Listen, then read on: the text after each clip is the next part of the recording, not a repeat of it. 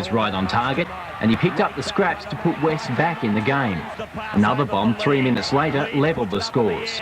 Goes through fast, puts the ball onside. Now Brick comes down with it. The ball goes to Dooley. I think it's a try. But that's where the Magpies' luck ended. Terry Hill was penalised for holding Belcher, and Ferner landed the pressure goal to regain the lead. A Laurie Daly field goal further steadied the Raiders, and they resisted a final surge from Wests to hold on 21-18. The victory was tempered by Stewart's injury, and he'll miss at least next Friday's premiership opener against St George, posing a selection problem for Tim Sheens. Too early to say, but I'd be late to go into a game without a specialist halfback. There'll be plenty of time for those sort of decisions later in the week. Australia goes for the line. The replay indicates Belcher went nowhere near grounding the ball within a reasonable time.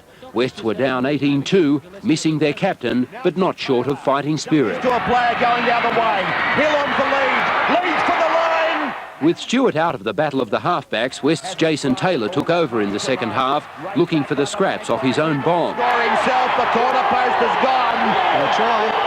Behind 18-12, David Gillespie jolted the ball free of Moninga, and from a Leeds kick, Wests regathered. To Dooley. Dooley gets his pass away in the end goal. Stacks on the mill, but I think it's a try. Moninga gave referee McCallum his best look of anger and insult, but the ball had gone forward off Mullins to give O'Day a fair try. At 18-all, McCallum then penalised Terry Hill for holding Belcher back, an offence hardly worthy of such a critical situation. That's what the touch judges are seeing. Tim Sheridan, National 9 News.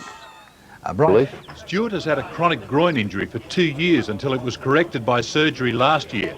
This one is regarded as a minor setback. He seems to think there's nothing to worry about, so he seems to think it's maybe 1 or 2 games. Phil Lynch, Prime News. Craig McDermott and Merv Hughes. Challenge Cup win. Sheens is critical of the schedule set down by the league for the sides which make it to the final. Meanwhile, the Canberra coach will name a replacement for Ricky Stewart later tonight, a regular first grade member tipped to take up the halfback spot. After escaping the thousands of league fans that invaded the pitch at the end of Friday night's match, Canberra made a lightning-fast bus trip back to base, the Dubbo City Council compound. It was there celebrations began and finished. The past few weeks had taken their toll. 4 games in the space of 21 days, a tough schedule for any side. You know, the people would have loved it, right? They've got a chance to see the people in person and touch them and do this, but realistically, from the team's point of view, 4 games in about 16 or 17 days and travel all over the countryside really does put the pressure on the team. The biggest disappointment in Friday night's win was Ricky Stewart once again finding himself watching on from the sideline. Today, Stewart underwent yet another intense physio session.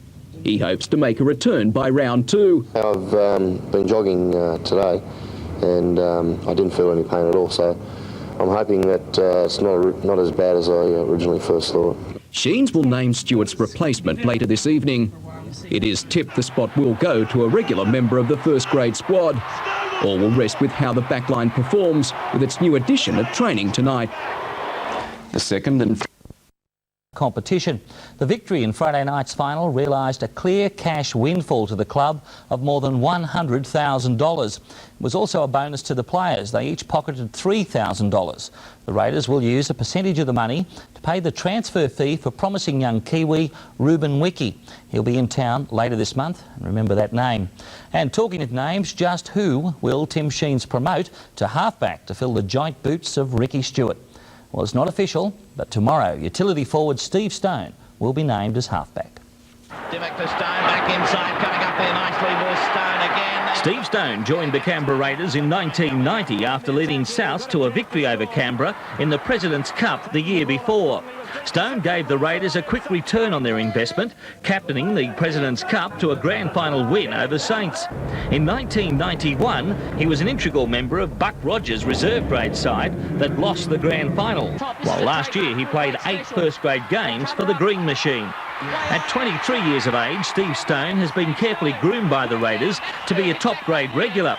The trouble this Friday night against Saints, however, is he hasn't been groomed to be a halfback. In his favour is his keen competitiveness and his noted defence. He also has deceptive pace, as his 9 first-grade tries in the last 2 seasons testify. As Stone gallops for the try line, yes, Canberra are down, but they won't stay down. Well, man of the match from Friday night's final, Steve Walters, is at the Raiders shed. Steve, it was a great way to start the year, although losing Stewart's been a major blow. That's exactly right, Chapo. We were certainly pleased to come up with a win in the Challenge Cup competition, but losing Ricky for the first couple of games is going to be a problem for us. Although he has seen a specialist today, and it looks like he'll only be out for a week, 2 at the most. What about as far as the rest of the team's concerned? Just knocks and bruises or any serious injuries? No, nothing too serious. I think we had about 3,400 beers on Friday night. That's about the biggest problem, but that's it. For the coaches put the beer ban on now, so we had a few then, and as far as I know, all the other guys are really healthy. Well, that might have been a bit hard for Ricky Stewart because his horse won on Sunday at the Black Opal Carnival, didn't it? That's right, yeah. I seen him today. He was still happy about it. Well, I know you would have preferred an easy win over West at Dubbo, but in the end it was only a couple of points. You think that's a benefit for the team, not to have had an easy win in the final? Well, you know, there's pros and cons either way. Obviously, I think the hard game was a plus for us to come through with a good tight win. But on the negative side, usually in those games you tend to get injuries because everybody's trying that a little bit harder. All right, well, the good thing about the fact that the Raiders have won the Challenge Cup is there's going to be a capacity house there at Bruce Stadium on Friday night. Yeah, that's right. I know all the guys as well as myself are looking forward to our first home game, and we'll certainly be able to do very well. Well, we're right behind you. Thanks very much, Steve. Thanks, Chapo. Well, Canberra Rugby.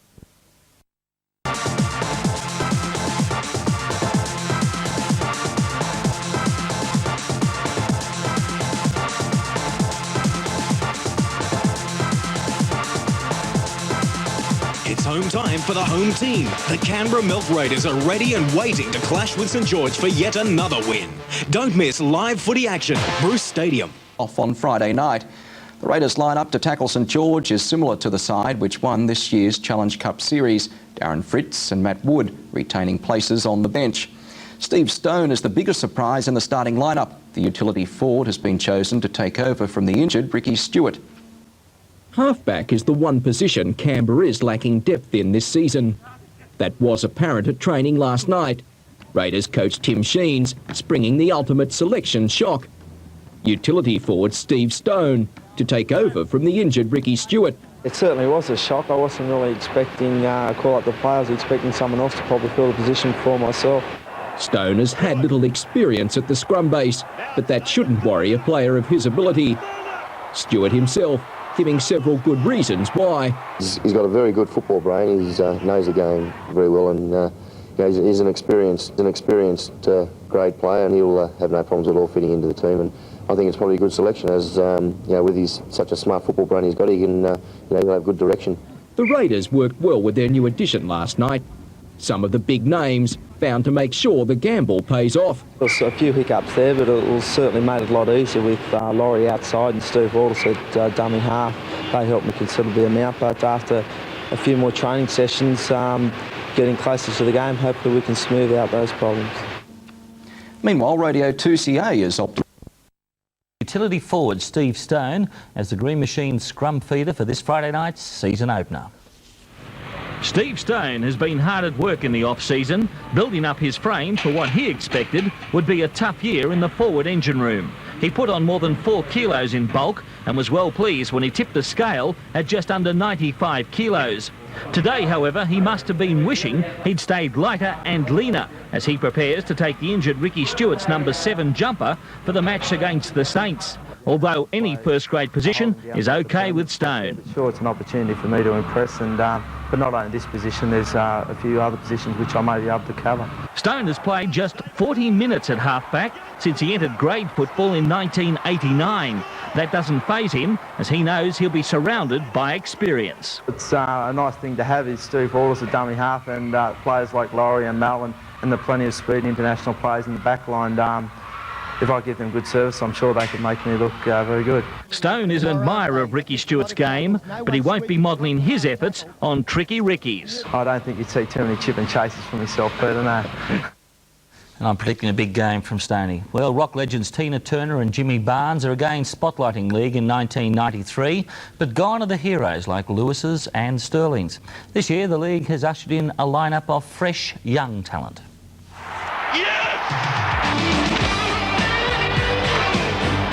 Simply the Best continues to headline the league's promotion, but the old familiar faces are missing. I think rugby league's changed enormously. You've got to choose what you want to do and go for it. Motivates you more than winning. Give it your best shot, you know, just your best shot. I just hate losing. I just want to be a winner. These young guns, all products of the league's development program, represent the league's image for this year and the future. The game's sort of like built for the young guys now these days. It's all like a real young sport, so, you know, the sky's the limit. The ball seems to be being thrown around, and the robots we saw in previous years seem to have been a little bit more elastic and are playing football that is going to bring crowds back. In 1993, Winfield Cup matches will be played in Adelaide, Perth, Auckland, and for the first time in Melbourne. Every game we've played down there, we've played test matches and State of Origin games down, and on each occasion they've been sellouts. Arthurson also announced the State of Origin series will be played on Monday nights and unveiled the 1992-93 yearbook containing the game's top 5 players. Steve Renouf, Steve Walters, Gary Freeman, Alan Langer, and of course Glenn Lazarus. Russell Fairfax, 10, Eyewitness News. At least they got Funds are still there, but Rugby League has brought in some new talent for this season's launch. The 93 version of Simply the Best was unveiled last night using some of the game's young guns. They say it's aimed at women. Warren Sim reports.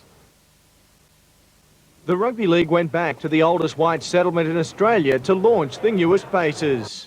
Matthew Rodwell, Aaron Raper, John Cross and Craig Weston among those chosen to be the young guns of league. Big Steve H picked me up like a rag doll and threw me on the ground. First game, Petrified. It's a welcome first grade, son. I think rugby league's changed enormously. You've got to choose what you want to do and go for it. Motivates you more than winning. We like to take that upon our shoulders and show that we can handle the pressure and both have commitments off the field and on the field. The latest Simply the Best campaign honours the retirement of several of the greats with the arrival of the new kids, all once again to the tones of Tina Turner and Jimmy Barnes.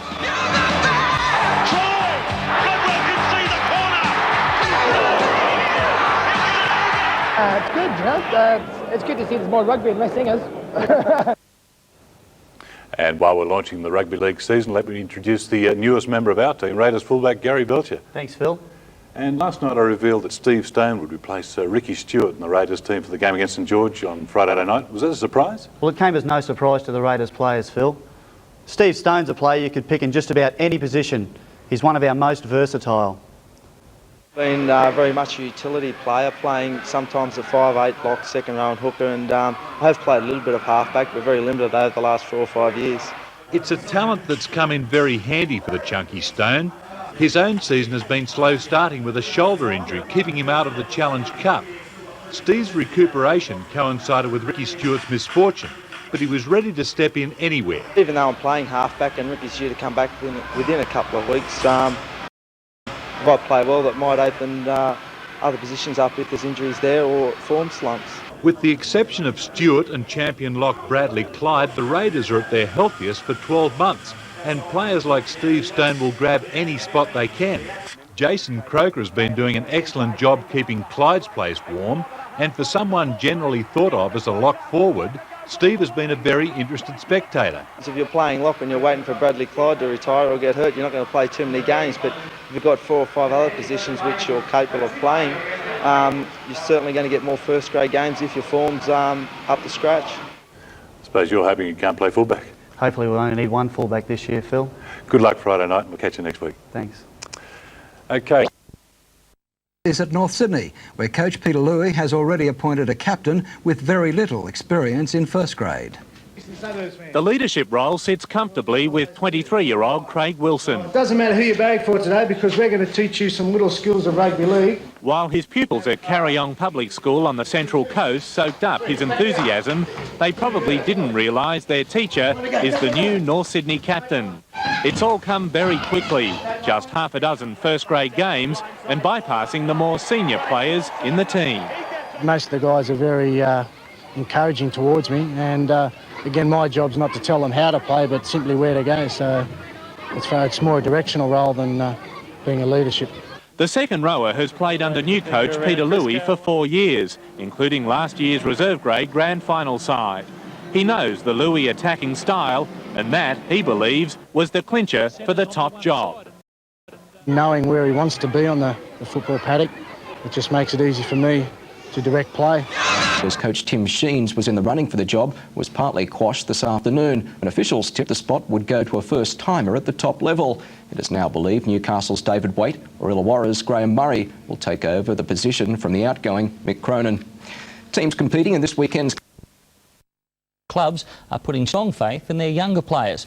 At Manly, 5 rookies will make their top-grade debuts against North Sydney this Sunday. One of them is talented winger Jack Ellswood.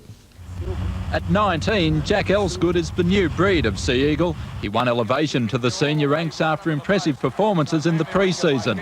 I expected maybe a couple of games in first grade during the year, but never, sevens was quite a shock. That was great. I loved it, and playing the trials in first grade was really good, but I sort of never expected this.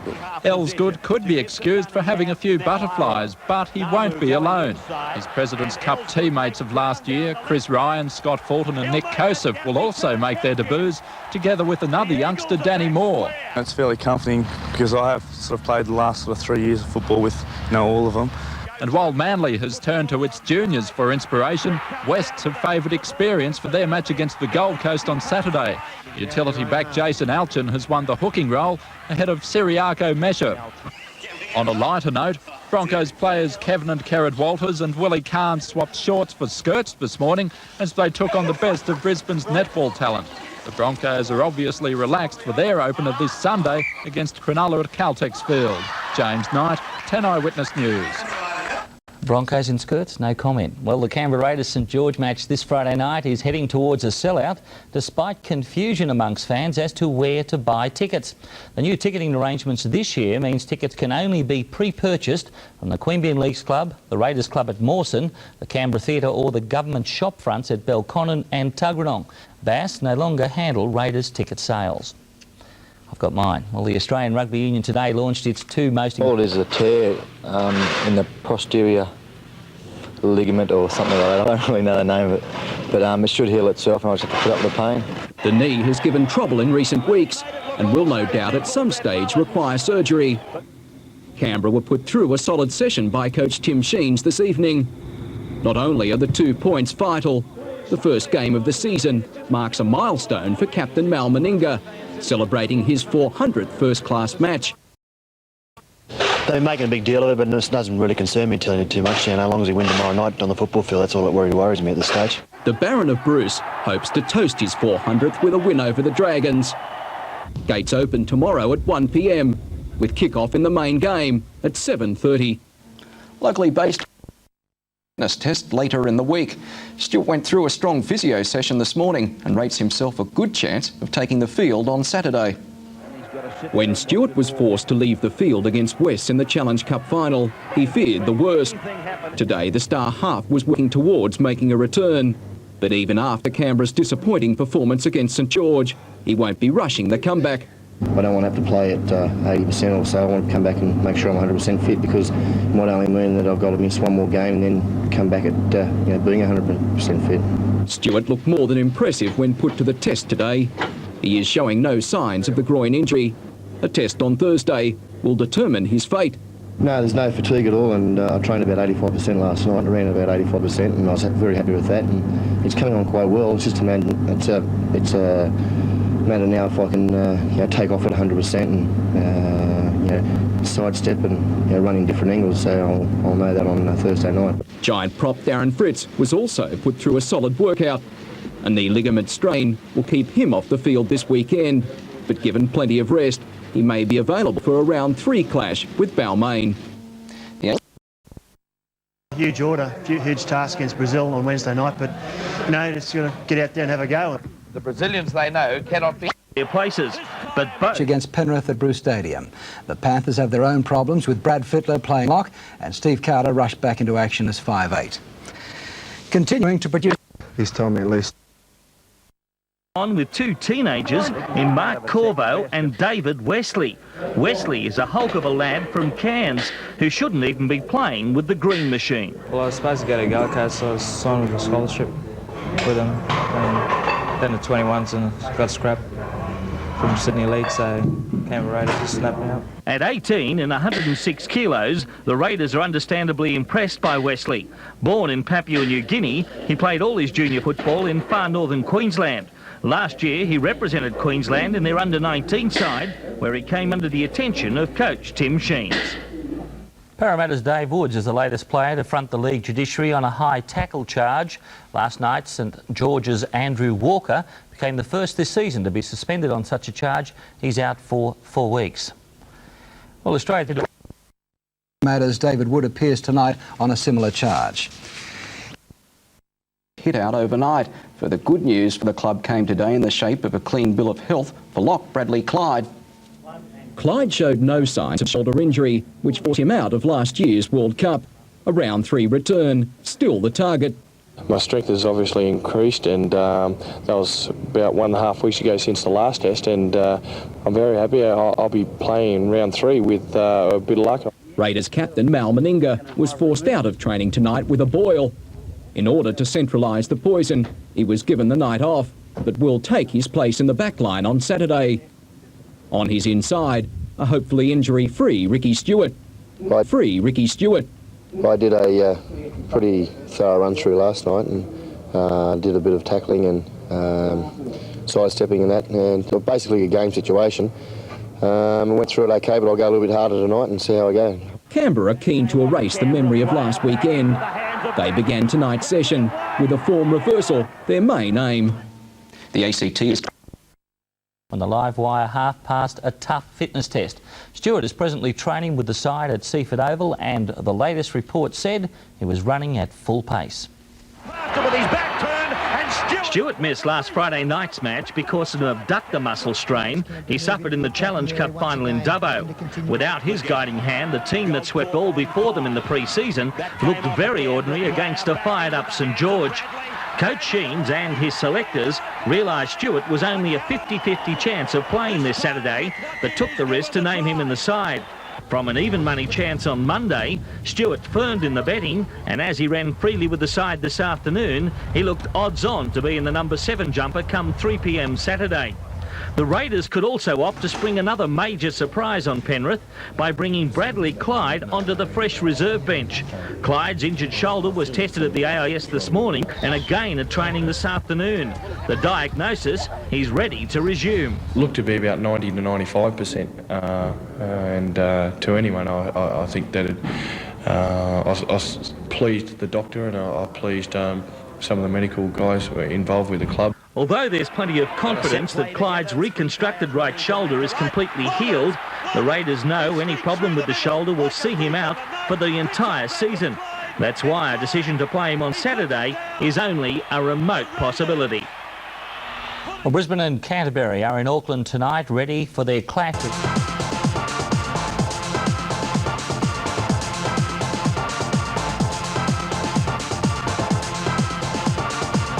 The Canberra Raiders are hungry, the mean are getting meaner, and the hot are getting hotter. Football at its best, live this Saturday at Bruce Stadium. Raiders versus Penrith. Be there.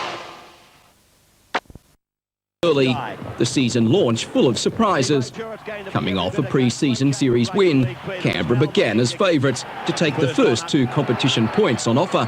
Blowing the whistle on the opening of the Winfield Cup for 1993. 2 tremendous combatants, St George. They haven't beaten Canberra since 1985. Both sides were pumped up for big performances. Saints 5'8" Andrew Walker, a little overzealous early. In the 18th minute, he paid the price. And he's been sent off. He sent him off, yep. As is often the case, the 12-man St George lineup rose to the occasion. 27 minutes in, Dragons half Noel Goldthorpe laid on a kick for Ricky Walford. He was unchallenged in the chase, posting 4 points out wide. Oh, beautifully weighted kick by young Noel Goldthorpe. Wide blind. Saints extended their lead just minutes later. After a disallowed cross, Brad Mackay showed all his skill, with a little luck, to make it 10-2. I think he may have given this try. He's asking his touch judges, yes. 2 field goals just out from the break drove home the advantage. Canberra had to score first when play resumed. St George had other ideas. 2 minutes in, Tony Smith stretched the lead to 14. That came off a Canberra player, back into the hands of Bradley. Bradley away! They dive for the line! McCallum! This time, let's watch him, he's given the try! Just when it did appear the Dragons would run right away with the contest, Brett Mullins created space on the wing. He slipped through several weak tackles to give Canberra some hope. Can he be the hero? Yes, he will be! 5 to go! He's home! Try for Canberra! That was the last the Green Machine saw of the Dragons' line. They put the match beyond doubt late. The points were going back to Cogra. The Raiders left to contemplate what might have been. Yeah, we sort of went out there and right from the start things didn't go away, but Master St George, they played very well, and we just got a lot of work to do next week. It was a poor performance, obviously, and it speaks for itself. But all we can do now is put our heads down and work hard for next week. I don't know if there's any complacency there. There was plenty of enthusiasm throughout our warm-up, and when we went onto the field, I thought we immediately started not too bad, and then they got a bit of a roll on, and they made the most of it. A colourful crowd of 14,710 fans At the foot of the Brown Mountain, and not far from the coastal resort of Tathra is Bega. Some of the best grazing country in the land surrounds a town which, when it comes to rugby league, is caught between two of the code's major centres. The sign as you enter Bega indicates a population of nearly 4,500. Today that number swells by almost a quarter as the greatest game of all comes to the country, and with it the many dyed-in-the-wool rugby league supporters. Challenge Cup fever hit Bega and split the town straight up the centre. For one day in February, a community which prides itself on mateship and helping one's neighbour became the battleground for what promised to be one of the all-time great battles.